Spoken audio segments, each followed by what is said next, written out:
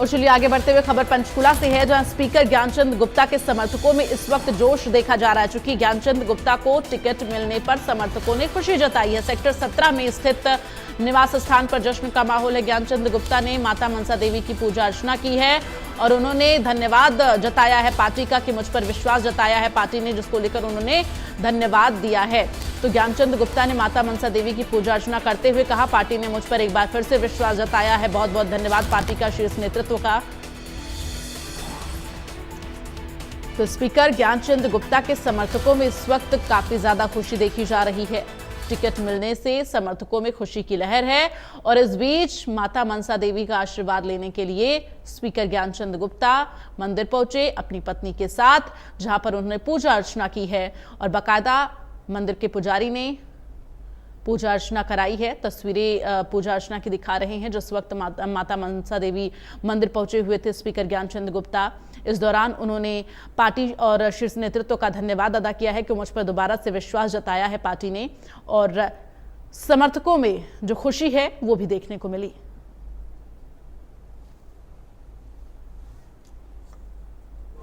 Bharatiya Janata party ने हरियाणा विधानसभा चुनावों को लेकर पहली जो उम्मीदवारों की लिस्ट है वो जारी कर दी गई है और पंचकुला से विधायक और हरियाणा विधानसभा अध्यक्ष ज्ञानचंद गुप्ता को चौथी बार यहां से जो है मौका दिया गया है। इस वक्त उनके निवास स्थान पर मौजूद हैं और यहां पर उनके जो समर्थक हैं वो बधाई देने के लिए पहुंच रहे हैं। सुबह से ही जो समर्थक हैं वो फूल मालाएं लेकर इनको शुभकामनाएं दे रहे हैं। इस वक्त हम जो है ज्ञानचंद गुप्ता जी से बात करेंगे और जानेंगे कि गुप्ता जी किस प्रकार से जो पार्टी ने फिर से आप पर विश्वास जताया है और उम्मीदवार घोषित किया है, क्या कहना चाहेंगे?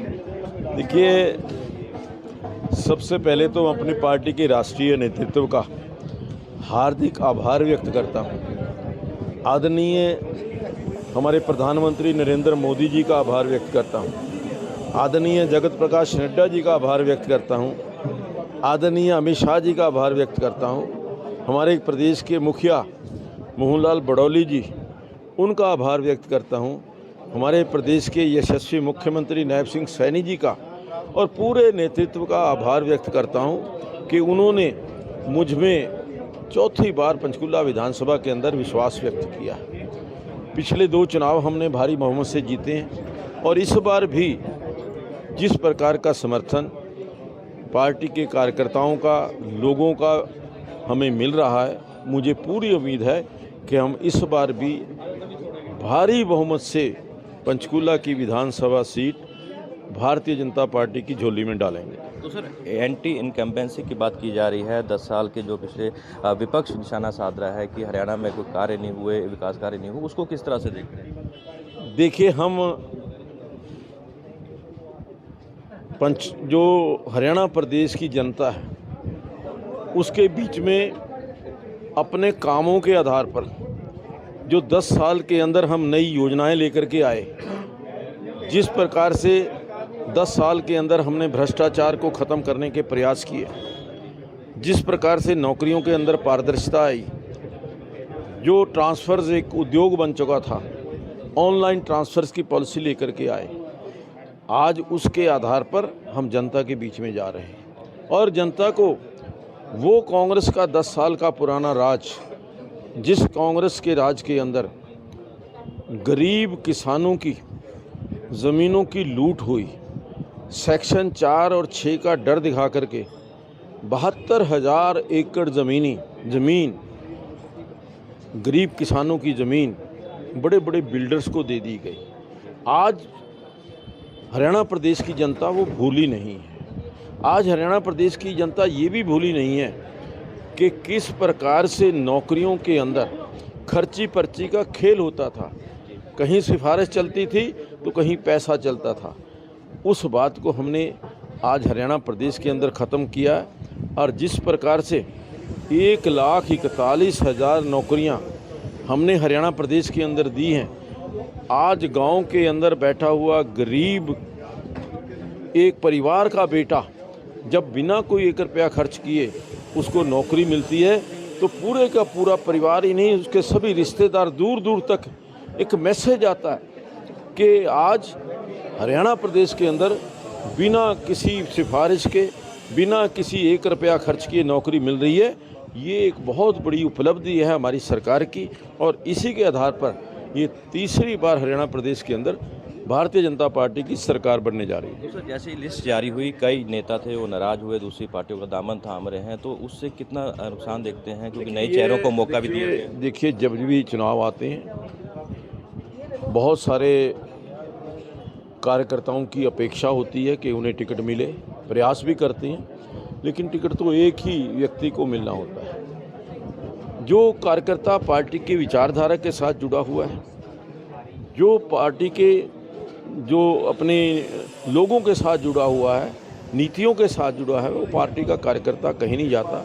ऐसे लोग जो केवल टिकट सीकर हैं या चुनाव लड़ने के लिए आते हैं, ऐसे लोग कई बार पार्टी से दूर चले जाते हैं और फिर अगला चुनाव आते हैं तो फिर वो पार्टी में आ जाते हैं। तो ये आना जाने का खेल कोई ऐसा पहले नहीं है, ये सभी पार्टियों के अंदर चलता रहता है। तो सर, इस पर भारतीय जनता पार्टी ने दूसरी पार्टियों के जो बागी थे, जो वो यहाँ पर उनको टिकट दी है, तो कहीं ना कहीं उसका नुकसान देखते हैं या उसका फ़ायदा देखते हैं, क्योंकि जो बीजेपी के जो लोग थे वो भी नाराज हैं। नहीं, देखिए, किसी भी बागी को टिकट नहीं दिया गया।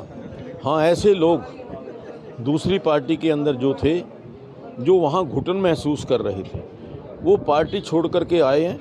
उन पार्टी के कुछ लोगों को एडजस्ट किया गया है, और वो भी उनकी क्षमता को देख करके, क्या वो चुनाव जीत सकते हैं, क्या वो चुनाव जो जिताऊ उम्मीदवार है कि नहीं, इन सब चीज़ों को मद्देनज़र रख करके जो पार्टी की कैंडिडेट्स जो हैं वो तय किए गए।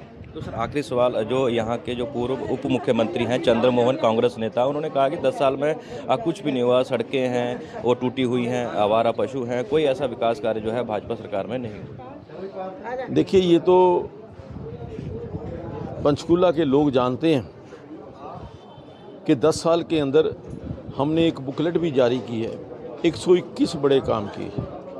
आज पंचकूला शिक्षा का हब बन चुका है, आज पंचकूला स्पोर्ट्स का हब बन चुका है। 10 साल के अंदर जो कार्य हुए हैं, मेरा दावा है कि कहीं पर भी आप अपने चैनल पर बुला लीजिए और उनका बही खाता निकलवा लीजिए, मैं भी बताऊंगा कि हमने 10 साल के अंदर कितने काम किए।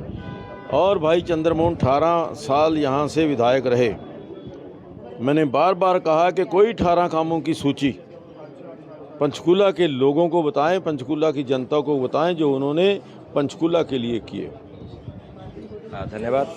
यहाँ पर हमारे साथ हरियाणा विधानसभा के अध्यक्ष ज्ञानचंद गुप्ता मौजूद थे, जिनको भारतीय जनता पार्टी ने तीसरी बार पंचकूला विधानसभा से उम्मीदवार घोषित किया है। और हरियाणा विधानसभा अध्यक्ष ज्ञानचंद गुप्ता का कहना है कि पिछले 10 साल के जो विकास कार्य हैं, उस आधार पर वो जनता के बीच जाकर वोट मांगेंगे, और पार्टी के जो नाराज नेता हैं उनकी नाराजगी कुछ दिन में ही समाप्त हो जाएगी, क्योंकि कई ऐसे लोग थे बीजेपी के जिनको उम्मीद थी कि टिकट मिलेगी, लेकिन टिकट न मिलने के कारण जो है वो दूसरी पार्टियों में जा रहे हैं, तो उनको कहीं ना कहीं अब भारतीय जनता पार्टी मनाने का प्रयास भी करेगी। पंचकुला से इंडिया न्यूज के लिए तारा ठाकुर की रिपोर्ट। और चलिए आगे बढ़ते हुए खबर